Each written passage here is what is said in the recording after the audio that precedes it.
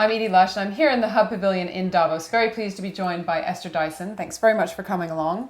Glad to be here. You're an angel investor around the world, and on your Twitter page it says, I occupy Esther Dyson.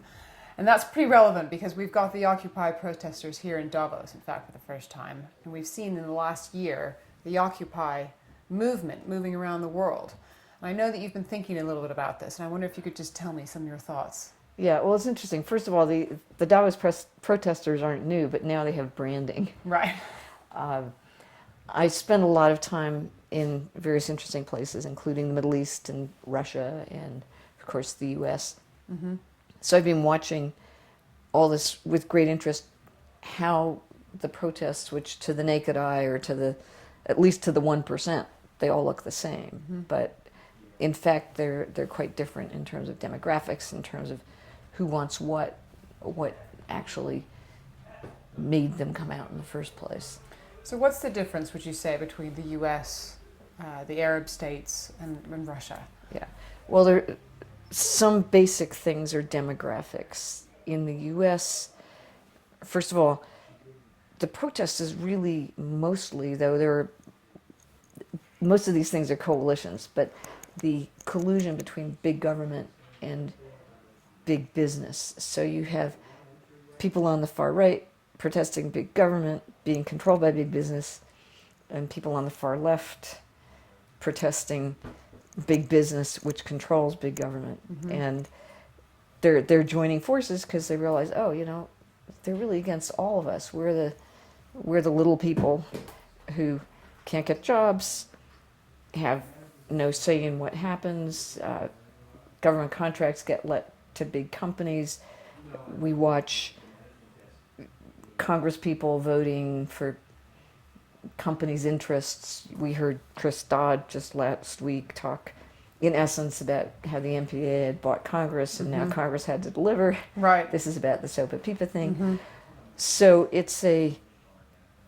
that's the U.S. and the people there tend to be, many of them are jobless or suddenly are doing crummy jobs when before they had good jobs. Mm-hmm.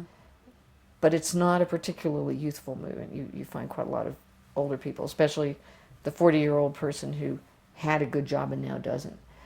In the Middle East, there's a huge population boom of young people who can't get jobs. The economy simply won't support them. They're uneducated. So it's very much an economic thing, and obviously some political stuff. But in Russia, it's an upper middle class movement. These are the people who benefited from the last 20 years of what happened in Russia. It's a very different group of people. Yeah. I found this wonderful tweet from a young Russian woman. They call the demonstrations meeting.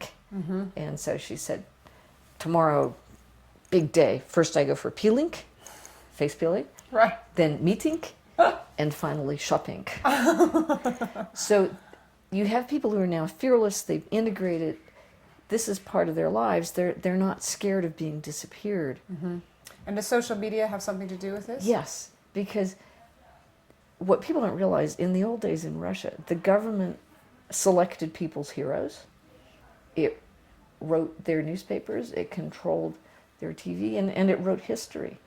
But now, just like everything else, the people are writing their own history. They're on Facebook. The government can't control what people know, and nor can it erase history in the way that it could in the past. You just change the textbooks and you change what people were taught in school and what people were allowed to say. But now it's user controlled. Mm-hmm. So it's not simply the readable web. Everybody could get information, but the writable web, people can contribute their own information, and the government can no longer change history backwards the way it could. And is the penetration of the internet across Russia deep enough that enough people are joining this movement? Yeah, I mean, clearly it's the young people, and it's especially the urban people, which most young people try to become urban. Right. So it's extremely broad. In the Middle East, it's much more telephone, SMS, and it hasn't penetrated as much. Again, these are upper middle class people who are blogging and Facebooking and contacting. It's really broad. Whereas I think in the Middle East, we in the West, that's how we get the news from the Middle East. So we see it as being much more of a social network revolution than they do, because Right.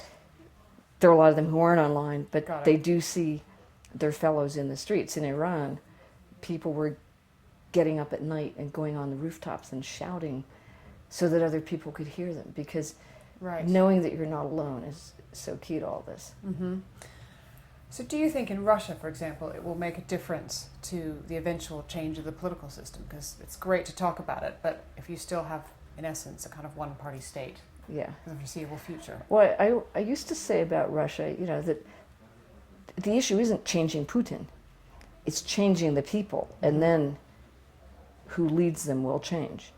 And that's beginning to happen. It clearly won't happen overnight. But yes, I think it makes a huge difference. Not the next election, Putin will win, and he'll win it. You could argue maybe there should have been some other candidates, but people will vote for him and he will win the election with no fraud. But what will happen is the culture will start producing different politicians.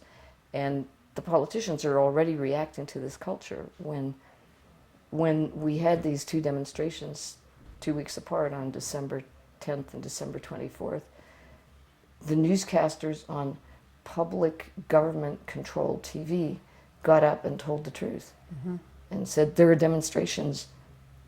The first set of demonstrations were against alleged election fraud, and the second set of demonstrations were against Putin himself. And that was said on national TV.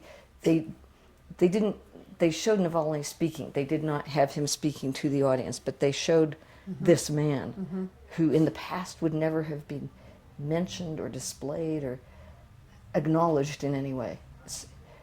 It's really extraordinary. Now, things will take a long, long time, but the change is amazing.